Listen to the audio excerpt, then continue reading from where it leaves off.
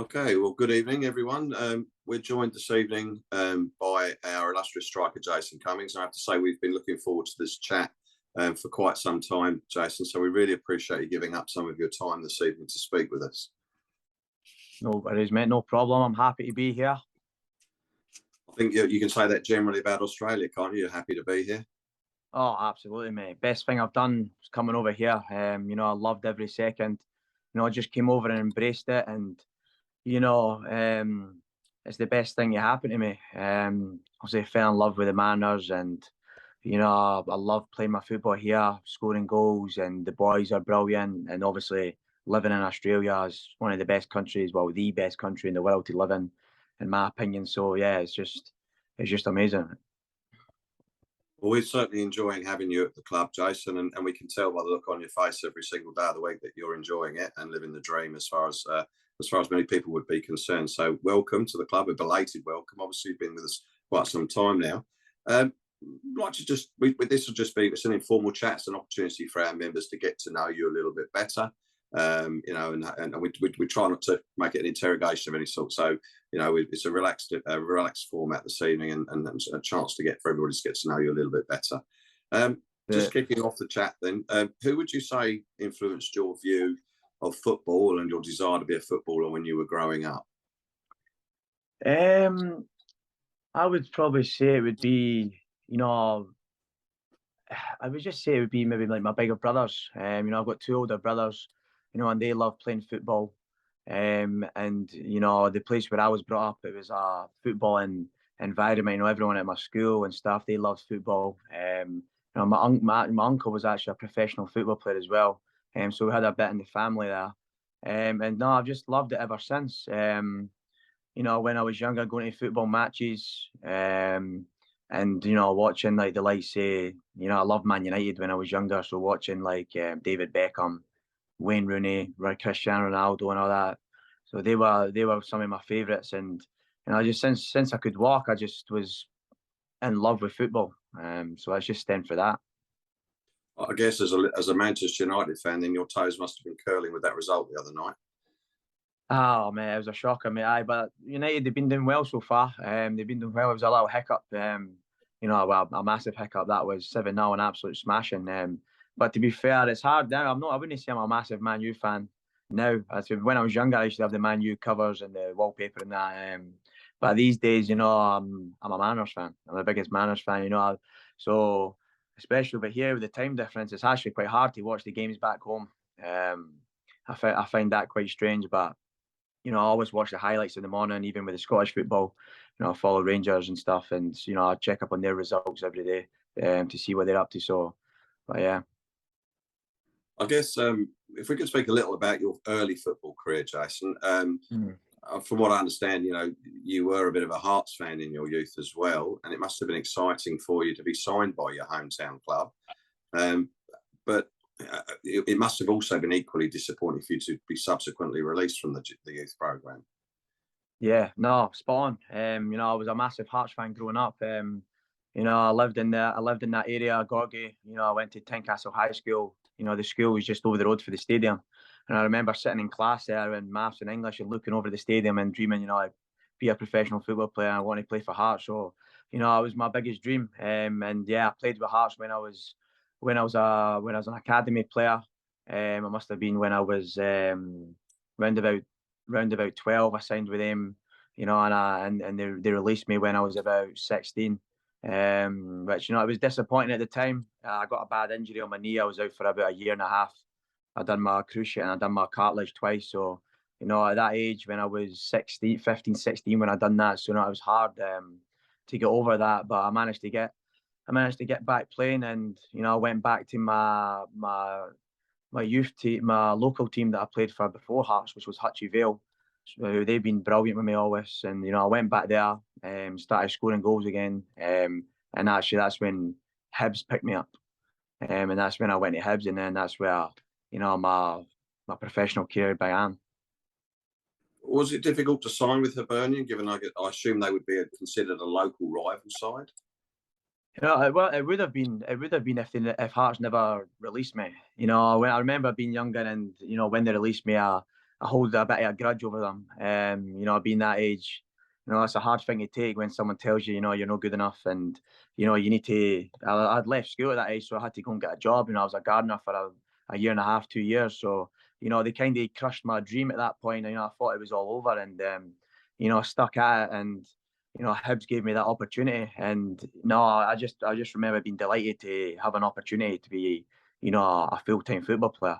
And I always had in the back of my head that, you know, even though I was a Hearts fan growing up, um, there was something inside me that just kind of hated them as well, you know, for the way they treated me and they let me go. So, you know, every time we played Hearts in the future, I'd always turn up and give it everything, and you know, to show them, you know, to prove them wrong. You know, the coaches back then that, you know, said I wasn't good enough. You know, I always gave it my all against them, and yeah, I managed to score a few goals against them. So I can imagine that most players that get released by a club, perhaps against their wishes, or perhaps they feel a little bit harshly dealt with, would always be extremely motivated when they face their former clubs. And we see that even in the A-League, but on a regular basis.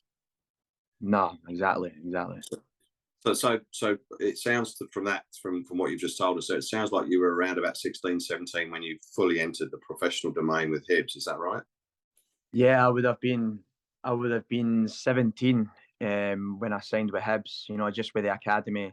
So I think I was playing maybe under 18s or something at the time, and I was there for a few months. And you know, before a few months in, you know, and I was doing really well, and you know, I got the chance to train with the first team, and you know, I was buzzing.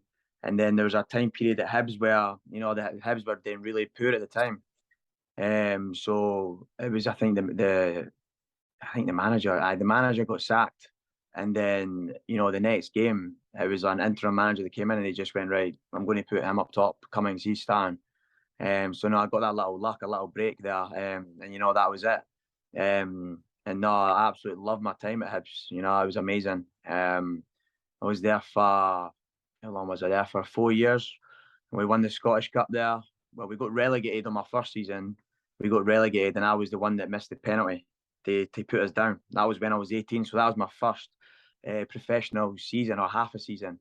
You know, I scored two in the game, and then it went to penalties, and then I missed it. So I kind of learned early on the ups and downs in football. But I managed to get them promoted. You know, the next season we got them promoted, and then we went on to win the Scottish Cup. So I absolutely loved my time at Hibs. It was amazing. You know, just living the dream as a young professional football player. You know, living my dream that I always dreamt of, and no, it was the best time. I guess from the review of your playing history, you've certainly been at clubs where you've been lauded by the coach, or really supported by the coach and lifted up by the coach, and other occasions where perhaps you haven't been fully appreciated by the coach. And I guess that's the sad reality of a professional footballer's life, isn't it? No, exactly. You know, football for me, it's just all about opinions. You know, you can have a manager that just loves you. You know, that you're his type of player, and you can do no wrong type of thing. And then, you know, I've had managers in the past, quite a few managers, where you know, you just can't do anything right. Like, you're just no their type of player. You're maybe not tall enough, or I don't know. They're just looking for something else. So sometimes you just got to take that on the chin. You know, the best thing you can do is just work hard, and you know, when you get the opportunity, you've got to take it. But yeah, I've had a fair share, a few managers that, you know, didn't give me that opportunity. You know, I wish I played more at certain clubs. But you know, as I said, sometimes, you know, as managers that pick the team, and if you're not their type of player, then it's just unlucky at times. Indeed, and sometimes you can be injured, as you mentioned earlier, as a youngster at Hearts. You can pick up an injury at the most inopportune time that puts you out of the consideration for an extended period, and then it's very difficult for you to fight your way back in after that, I imagine. No, exactly. There's a lot of things that go, you know, behind the scenes, you know, that sometimes people don't take into consideration. Like, you know, for me, it was like injuries. Sometimes, as I say, managers having different opinions on you. Being away from home, you know, being homesick if you're away from home for long periods of time. You know, stuff like that. You know, then, you know, for me, I've always been the same. You know, off the pitch and on the pitch, I'd always, you know, I give everything, work hard every day in training. You know, sometimes it's just out of your hands, or even if it's a formation that that doesn't suit you, or if you don't suit the style of play, sometimes you just don't get that chance. So, that's one thing that I'm really happy about coming to Australia, is that everyone just ticked the box. The formation that we play suits me perfect. The manager likes me and he plays me, and also I love being here and living outside in Australia. So, I've finally found my happy place over here. I went for a few years at clubs where things didn't go my way, but I'd say now it would be the happiest I've ever been. Well, that's really good to hear. You've actually answered my next question in Aye. large part, Jason. But what would you say are the key differences that you found between playing in the UK and playing in Australia? What were the sort of things that have stood out to you from your time here? I would say, the main thing, I know a lot of people say, but it's the weather. The weather changes a lot of things in the game, just because it's hard to run about, 90 minutes when it's 30 odd degrees. You've got to kind of be more tactical. You've got to manage it a little bit more. Back home, it's freezing cold, and you want to run about because you want to try and heat up. Over here it's kind of the opposite, where you want to try and, keep your legs and keep your energy. So I've noticed that the weather, for sure, and I'd probably say, back home, I would say it's a bit more. I'd say it's a bit more aggressive. I'd say they're in your face a lot more back home, and you don't get as many chances back home. I'd say, especially in like the English Championship and down England, you're lucky to get one chance a game. Over here, I feel like in the A-League, especially later on in the game, the last 20 minutes, there's always chances, especially at the Manors, we're creating chances. We've got a lot of the ball. There's more opportunity to score goals. So, yeah, I'd say that. So certainly that as a striker, you'd be relishing those opportunities or those increased levels of opportunities, I would imagine. And you came very close to finding the back of the net on Saturday, but unfortunately came at you a little bit quick from what I saw of it. So it was a shame that you couldn't play that one home and really bring us home with a wet sail. Yeah.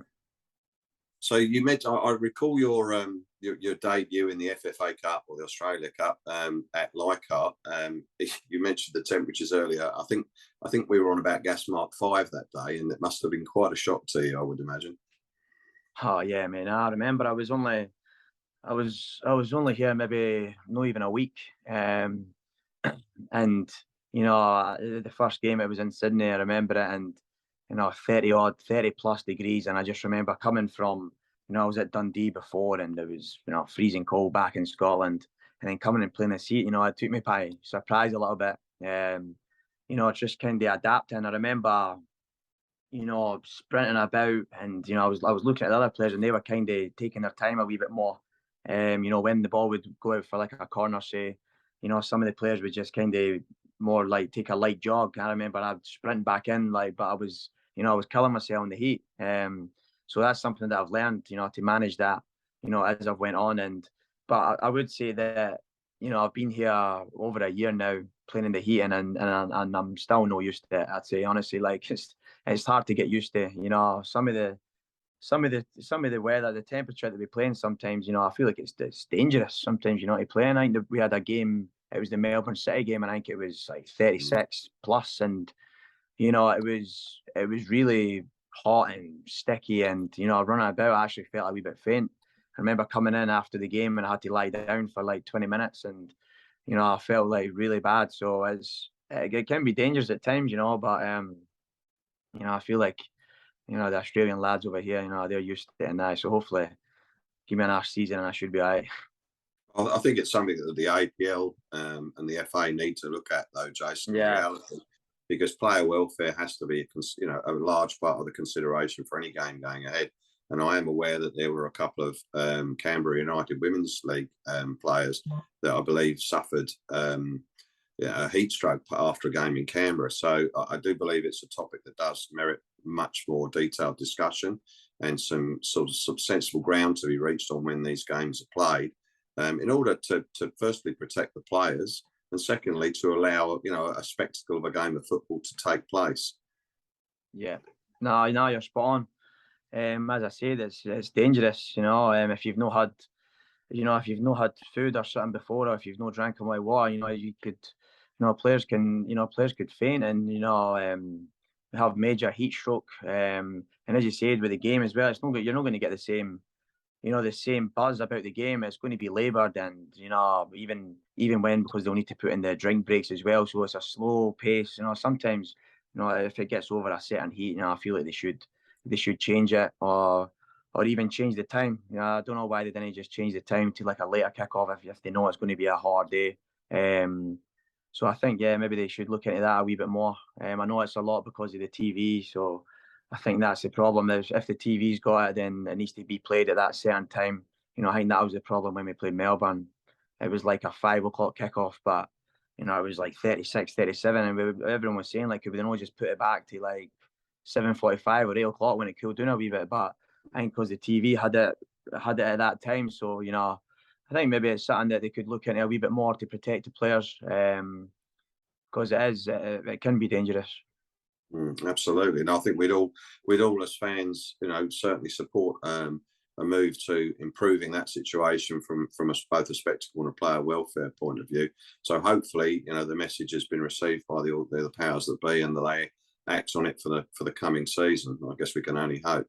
Turning to your more recent career, perhaps you'd be kind enough to speak to us about your World Cup experience and what that was like for you personally. No, unbelievable. It just feels like a dream. Looking back, I sometimes can't believe that it happened. Obviously for me, going to a World Cup when you're younger, being born in Scotland, it was almost like a fairy tale rather than a dream, because it just doesn't happen. I managed to get that opportunity with the Socceroos, obviously through my mum being born here, and just unbelievable. Just so grateful to be there. So proud of the country, and seeing all the fans back home getting behind us. And the boys, we done unbelievable. Historical, getting through that group stage. Beating the likes of Denmark, who was a top 10 team, Tunisia, and then getting put out by Argentina, who ended up winning the World Cup. And then France that beat us, the two teams that were in the final. So we done everything that we could, and we hope that we made everyone proud back home when they were watching, and we know that we had so much support. So it was just incredible for me. It's just something that I'll never forget. Something I'll remember for the rest of my life. Something I'm going to tell the grandchildren about and stuff. Playing at the big stadiums, singing the national anthem, and just being a part of a World Cup is just mental to me. That's why I got a wee tattoo of that as well, just so I'd always remember. If I get older and I forget, I'll have that on there. But no, just mental, mate. Honestly, just a dream. Best experience in my life. My family came over as well, actually. My mum, my dad, and my girlfriend, they were over watching as well. So for them to see me there playing at a World Cup as well, it's just brilliant. Oh, there's no question that you and the rest of the boys did the country absolutely proud. It was an exciting tournament. I thought it appeared to be very well run. And certainly the performances that the team put in were beyond, I think, a lot of people's expectations. Probably not beyond the group's expectations, though, because I know that that within the group there was a great deal of belief instilled in you by Graham Arnold and his team, and that must have made you feel capable of anything in some regards. Yeah, no, we were quietly confident.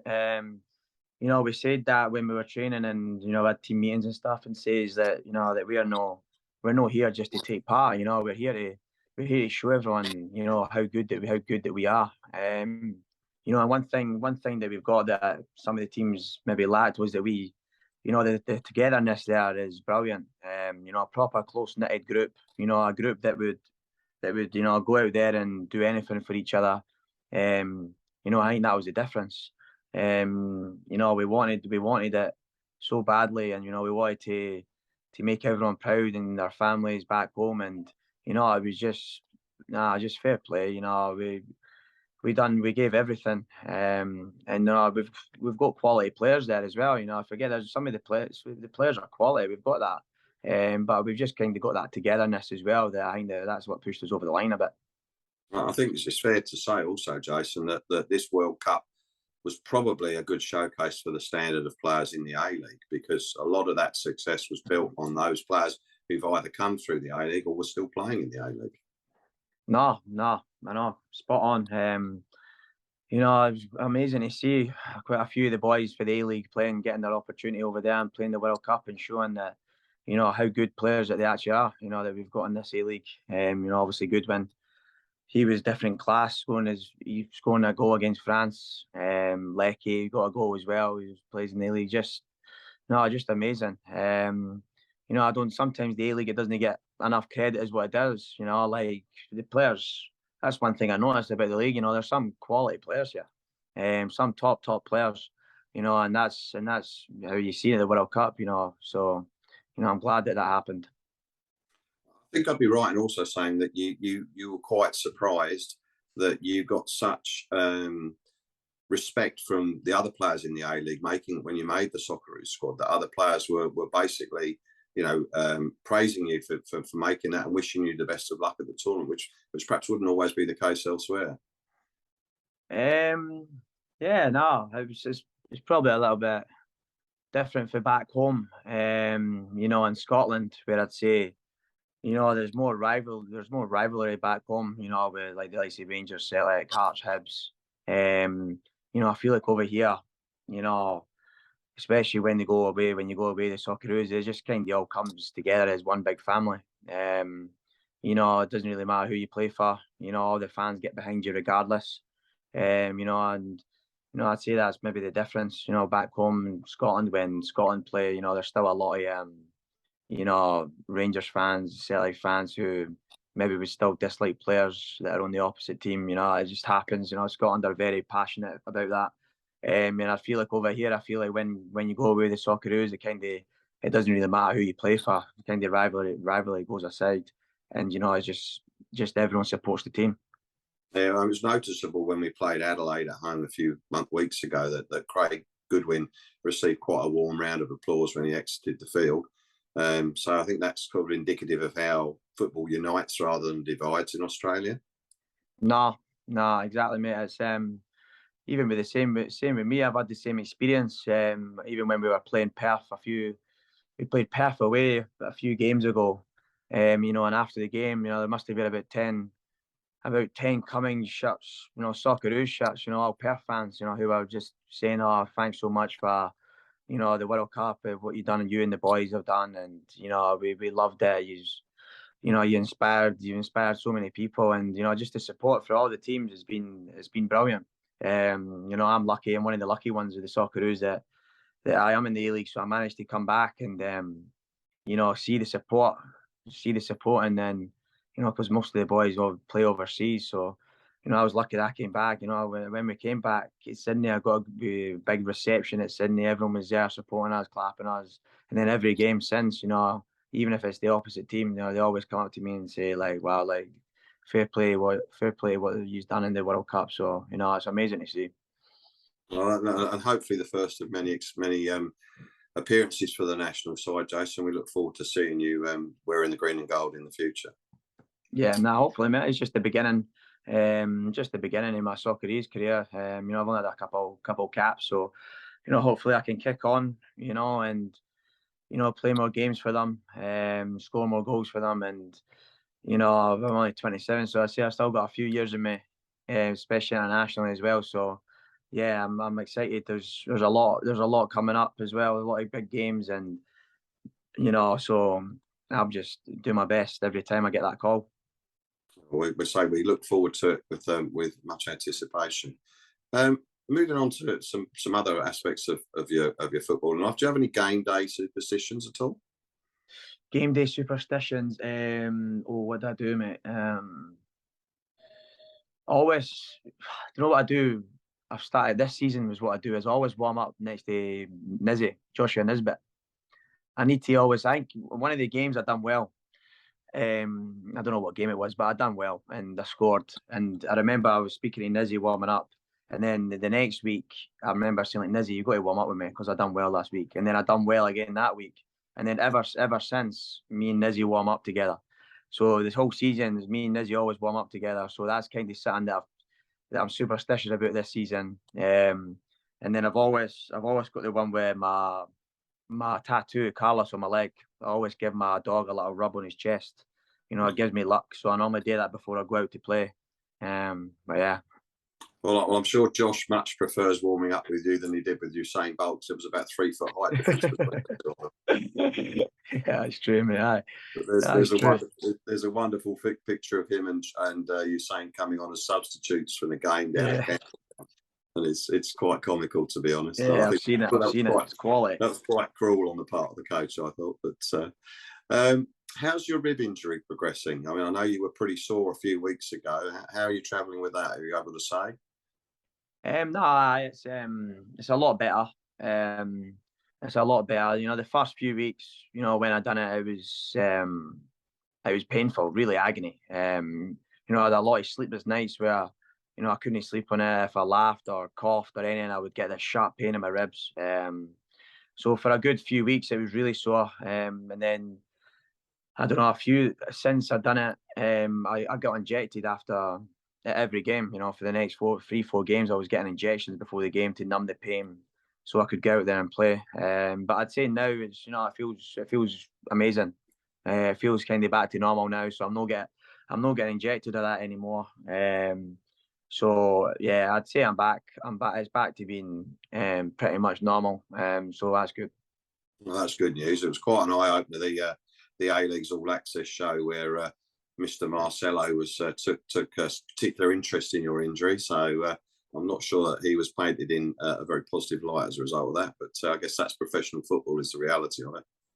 Yeah, no, I've had that my whole career. I always come up against guys like that. You know, they're just, you know, they're aggressive and they're determined to win, and you know that's just how they get through the game. You know, everyone's different, and you know he's a good player. You know, he's hard to play against. And you know that's just his style of play, where he's just aggressive and he's up against your back and smashing into you. So, you know, at the time when it happened, I thought he was being friendly. I remember he asked me like, "Oh, how's your ribs?" And I'm like, "Oh, ribs, they're a wee bit sore, me, whatever." And then he says, "Oh, well, I'll see you on the pitch and I'll smash you." And I remember thinking like, "Oh, right, oh, it's like that, is it?" So it was a bit annoying, you know, because I was very cautious at that time. It was only about a week or so after I'd done it, so I was very cautious. And you know, it made it hard for me because he was banging into me and stuff. But you know, that's just part of football. That's just the game at times. You know, that game I actually scored a goal off my rib, which was quite ironic. So I call that's that a it. case of karma, Jason, in my book. But Yeah, yeah. it That's what was quite happens. funny in hindsight. Yeah. I'm sure you've played in the professional environment for some time, and the reality is it is a brutal sport at times, and people give you no quarter, and you expect no quarter. Certainly as a striker, you expect to get a rough time up in the front line, but yeah, it was a very illuminating episode, and I think it would certainly be one of the most watched episodes so far, I'd suggest. So based on last season, what would you consider a pass for the team this season? And does it become difficult to manage the expectations of the previous success we enjoyed? No, last season we were really good. I feel like we're better this season. Um, you know, I feel like this season we're a different team. We're, you know, a team that creates a lot of chances, got a lot of the ball. You know, a young team as well with a lot of energy. You know, our average age is like, I don't know, 22 or something. I'm like the third oldest in the team. I'm 27. I'm the third oldest. So, we've got a young team, a hungry team, and no, we've been good this season. You know, I feel like the aim always kind of is to be, you know, to get into the top six, to get into the playoffs. You know, and if we can go for the, you know, as high as we can, you know, number two, number three, try push number one. You know, I know the Melbourne City this season are, you know, pretty good. They're kind of running away with it a little bit, you know, but you know, we're more than capable of beating anyone in the league. You know, that's the thing. You know, it doesn't really matter who we play. We've got the quality and we've got the players that we can, you know, we can beat anyone. So even if we've got to be getting top six, you know, minimum. That's our expectations. You know, give us that chance in the finals. You know, because as I say, we could beat anyone, and I feel like we've got everything to, you know, go on and win that. So you know, I feel like there's something special about this team this season. You know, I feel like we're gonna do it this season. So yeah. I think a home final would certainly be a good way to sort of round that process out. Certainly finishing in the top four would be, it was the Adelaide game last year was cruel to us given the injuries we had, and having to travel down there, which is never an easy place to go and get a result. So certainly a home final might be a real push on from last season. So we'll have our fingers crossed that that's what transpires in due course. What are your future plans after your playing career? Not that you're planning to hang the boots up anytime soon, but do you have any plans beyond your playing career? Would you consider going into coaching? Are you considering doing any of your badges? I would never say never. I would never say never, but I'd probably take a break for football. I'd probably be on a beach somewhere with a strawberry daiquiri. I'd probably take a little break. Maybe get any golf. I don't know. I don't know if I would stay in football. If an opportunity or something comes up, or I don't think I would ever be a manager. It'd be too much stressful. I'd maybe be like a coach. Maybe do a few shooting drills here and there, but I would definitely take some time off, because it can be, it can be stressful at times. Football, sometimes you need to get a break, and but I'm not sure. I'm not too sure. I've still got a few good years in me, I'd say. I've still got a few of the best years to come. So, it's one of the ones that you kind of just you think about when it gets closer to the time. Well, you never know. See what happens. I guess you've been giving Matt Simonson curry for his transition into the coaching ranks this season, then. Aye, Simo, aye. No, he's been brilliant. He's been brilliant with us still. I'm glad that he's still part of the club. He's a club legend. He's a great guy. A good friend of mine. I was gutted to see him retire. He tried everything to keep playing, but it was the right decision for him. The most thing I was gutted about as well, because I actually never got the chance to play with him. I think I came in, and that was when he just kind of got the injury and stuff, and he was out. So I was gutted that I never got the chance, because I feel like me and him up front would have been class. Like, him flicking it on and banging into people. I loved watching him because he was like a battle ram at times. He would just run into defenders and smash them and take it in, and I would just kind of buzz about him and play off his scraps. I think it would have been good, but I'm just glad that he's still part, and I see him every day. He comes in, he helps the boys. He's always a phone call away for everything. So, he's a club legend. I think a lot of us would have loved to have seen the two of you play together, but sadly it wasn't to be. If you weren't playing football, Jason, what do you think you would be doing to earn a crust? And which teammates would you like to have working with you, and why? I mean, you mentioned earlier you were a gardener for a while. What do you think? What would have been an alternative career path for you? Do you think? What would I be doing, man? Honestly, I wasn't great at school, so I can't say that I'd have been a doctor or anything that needed qualifications, mate. I'm not going to lie, but a gardener. I was a gardener. I'd maybe be like a tradie or something. Some sort of tradie. I'm not too sure what I would be. Honestly, I'd be in trouble, man. That's what I'd be, mate. I think I would. I think I would be. I don't know. I would love to be a DJ, mate. I think that's what I'd go down that route. I like my music. And being a DJ for me looks like a good job. It looks like a good career. You get to party and you get to work at the same time. So, and I definitely have Steely in there with me, Stormy behind the DJ decks. Sammy Silvera, he could be up there with me on the DJ decks, over in Ibiza. So I don't know, we'd be doing something like that, mate. I don't know. So it sounds like you need to pick Lee Broxham's brains next time we play Melbourne Victory, because I think he's in that space. Is he in that space? Yeah. Um, One final question for you, because we know the time is a little bit precious for you this evening. Or two questions. First of all, without throwing yourself under the bus, who's the biggest joker in the team other than yourself? Because I think that you'd definitely be the number one choice for joker. But who do you reckon's close second? there's a few, man. It's a lively changing room. I think that's because there's a lot of young lads in that as well. So we always have a good laugh. We're always doing team bonding and stuff. A really close group. I'd say the jokers. Who would I say, man? Like proper. I'd say, you know, it makes me laugh is Yaron Sosa, man. He makes me laugh. You know, he's a strange guy, but in a good way. He's funny. He doesn't mean to be funny at times, but he is. That's what I'd say. I'd probably say Yaz. He's quite funny at times. I'll give him that. Yeah, I got the impression from some of the footage we've seen on Garang that he had quite a dry sense of humour as well before he left for, Scotland's pastures. So as you say, there's a few candidates in there with a sense of humour by the looks of it. Aye, no, there is. No, there is. It's always, as I said, every day we always, we train hard, but I'm saying the changing room, we always get a good laugh. I drive in with Steely and Holly. They're my carpool for Terrigal. We always have a good laugh as well. I love winding Holly up at times. That's one of my favourite things to do. It's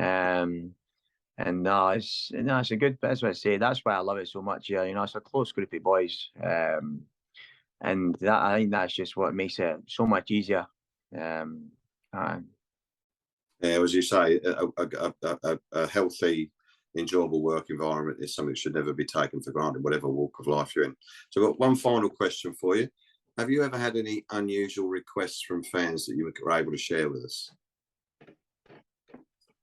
Unusual requests for fans. I'm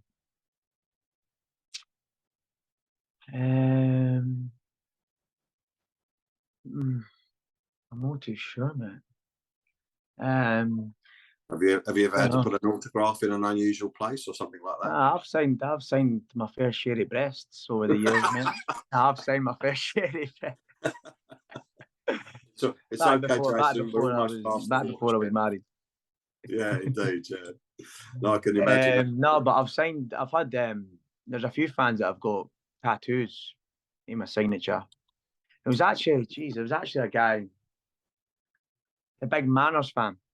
And he came up to me and he would say, "Draw whatever you want on my chest and I'll get it tattooed on me." And this was only like, I don't know, last month or so. Big Manners fan, and I thought he was only joking. So I drew a dog and I put cum at the top, like cum dog. Yeah. And I pictured a dog, and he actually got it tattooed. He actually sent me on Instagram and got it tattooed. I wish I'd kind of done a better drawing of the dog, but he done it, so I was quite mad. Like,